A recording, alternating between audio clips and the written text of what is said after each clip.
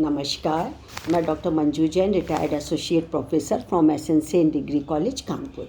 जी हाँ, मैं पिछले कई महीनों से प्रेरणादायक कहानी नामक शीर्षक के अंतर्गत कुछ अच्छी, कुछ मज़ेदार, कुछ प्रासंगिक और नेचुरली प्रेरणादायक है तो प्रेरणा देने वाली होती है, न तो हर कहानी के पीछे कोई ना कोई उद्देश्य, ध्येय या सीख छुपी होती है।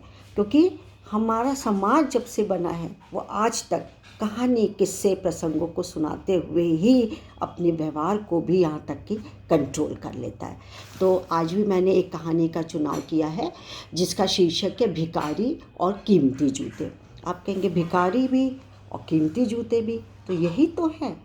छोटी सी कहानी है, बताती हूँ। तो एक बार क्या हुआ, एक बहुत धनी व्यक्ति, बहुत बहुत धनी व्यक्ति था, उदार था, अच्छा था। धनी व्यक्ति में कोई उसका आडंबर और दिखावा नहीं था। तो मंदिर गया, तो मंदिर में जैसे वो उतारने लगा जूता तो बोले मेरे जूते तो बहुत कीमती हैं और ऐसे जूते तो बार बार मिलते भी नहीं हैं, कितने मुश्किल से बाहर से लेके आया हूँ, तो मैं उतारता हूँ तो ये निश्चित चोरी हो जाएंगे। देखिए, सभी सोचते हैं, हम और आप भी सोचते हैं, नेचुरल चीज़ है, स्वाभाविक चीज़ है। और यदि मैं उतार के चला भी जाता हूँ, चोरी भी नहीं होते हैं, तो मेरा ध्यान भटकेगा, मंदिर में नहीं लगेगा, भगवान में नहीं लगेगा, मेरा भटकेगा कि कहीं कोई चुरा तो नहीं ले गया, कहीं उठा तो नहीं कर गया। बस यही सोचते सोचते वहाँ पे उससे एक भिखारी दिखाई दिया। तो भिखारी से बोला, भैया तुम आप मेरा जूते को देखते रहना, निहारते रहना और तब तक बैठे रहें जब तक कि मैं अंदर से आना चाहूँ, ईश्वर की पूजा करके आना चाहूँ। बोला भिखारी ठीक है।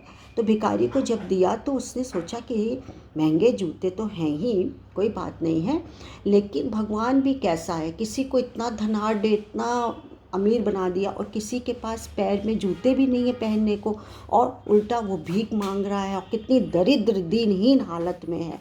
ऐसा क्यों भगवान करते हैं? खैर कोई बात नहीं। उसके बाद क्या हुआ कि उसने पूजा की और बोला कि अब मैं बाहर आकर के उस भिखारी को 100 रुपये दे दूँगा, खुश हो जाएगा, मेरी निगरानी भी तो कर रहा है इतने कीमती जूतों की, बहुमूल्य जूतों की। सो वो बाहर आया, सोचते सोचते अरे लो, वहाँ तो भिखारी और जूते दोनों गायब। ठगा सा रह गया अमीर व्यक्ति। बोले लो, अब तो कहाँ मैं ढूंढूंगा। इधर उधर नज़र दौड़ाई। उसके बाद उसने एक आध लोगों से पूछा भी कि भाई यहाँ जो भिखारी बैठा था अभी थोड़ी देर पहले, वो कहाँ है?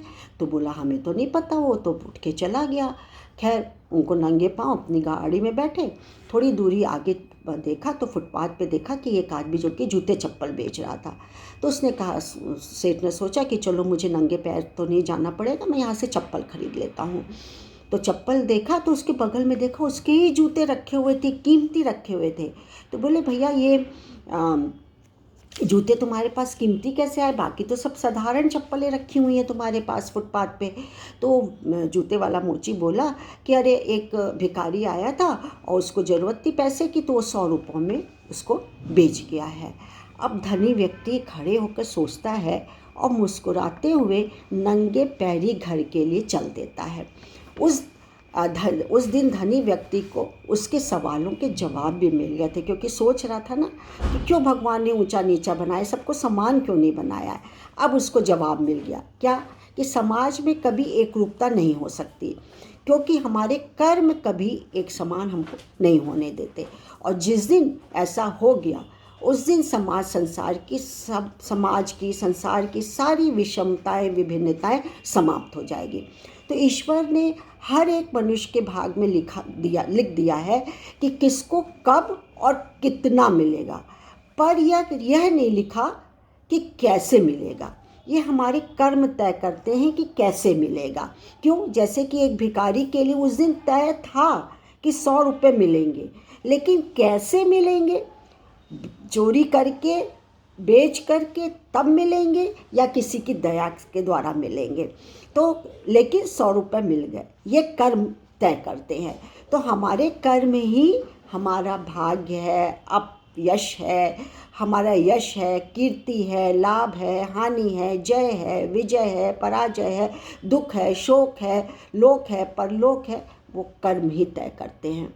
इसलिए कभी ईश्वर को दोषी मत मानिए कि ईश्वर ने ऐसा कर दिया वैसा कर दिया। नहीं, ईश्वर ने तय कर रखा है। तो चलिए आज से हम अपने कर्म यानी सुकर्म करके यश कीर्ति कमा लेते हैं।